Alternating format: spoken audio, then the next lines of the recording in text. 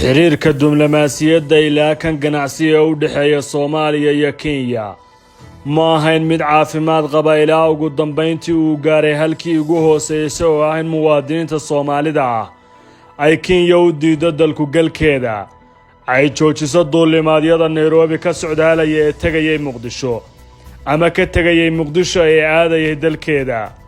hadda waxa uu muuqdaa dadaal xooggan oo ku wajahan in dib loo xaliyo xiriirka labada dal lana wanaajiyo ugu yaraan inuu socdo. inkastoo Soomaaliya qayb ahaan ay qaaday tallaabada dib u hagaajinta xiriirka labada dal, haddana sida muuqata Nairobi waxa ay quursatay hanaanka ay Soomaaliya dib ugu soo celisay xiriirka, waxayna si jees ku jiro oo ay uga jawaabtay warkaasi bilowgii markii xukuumadda federaalka ee Soomaaliya ay ku dhawaaqday inay soo celisay xiriirkii ay la lahayd Nairobi. dowladda Qatar oo door weyn ku lahayd dhexdhexaadinta labada dal ayaa u muuqatay inay ugu dambeyntii ku fashilantay doonista labada dhinac. 21 bishan ayay doonaysay Dooxa in Farmaajo iyo Uhuru Kenyatta ay isku arkaan dalkeeda, laakiin fiila Soomaaliya way diiday safarkaas sida ay xaqiijinayaan ila wargala. hadda ra'iisul wasaaraha Soomaaliya Injineer Maxamed Xuseen Rooble waxa uu socdaalayaa dalka Kenya sida ay tilmaamayaan wararka la xaqiijiyay. waxa walkaasi kulan gaar ah kula yeelan doonaa madaxda Kenya gaar ahaan Uhuru Kenyatta oo ay ka wada hadli doonaan xiriirka labada dal. kulan hordhac u ahaa safarkan ayaa ka dhacay dalka Jamhuuriyadda Djibouti xilli halkaasi labada hogaamiye ee Rooble iyo Uhuru Kenyatta ay ka qayb galayeen caleemasaarka Ismaaciil Cumar Geelle. waxayna Rooble iyo Uhuru isku afgarteen xilligaasi in la furo duulimaadyada diyaaradaha ee Kenya ay xanibtay, labada dalna ay isugu yimaadaan wada hadallo dheeraada.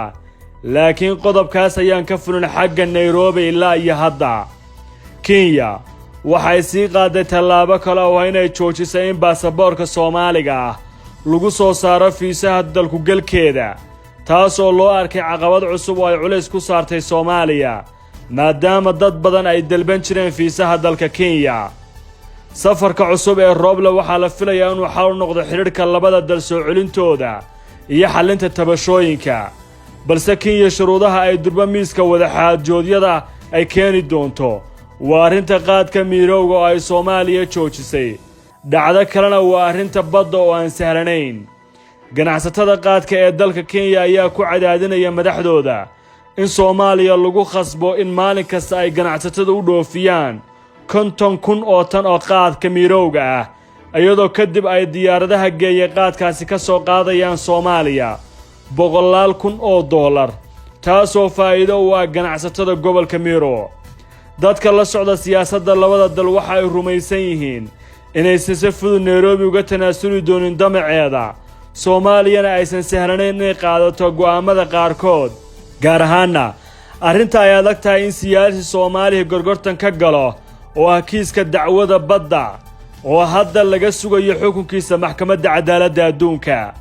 sida muuqata labada dalba waxa ay hadda u baahan yihiin xiriirka in dib loo wanaajiyo, laakiin hanaanka loo marayana waa mid si weyn ay u kala qaybsan yihiin. shirkadda Xaaji Alison Export ee ku taal dalka India waxay ku soo dejinaysaa sonkorta, bariiska iyo galleyda, dharka, isbarbaarka bajaajyada, dawooyinka. wixii faahfaahin kala xiriir nambarada shaashada kaaga muuqda.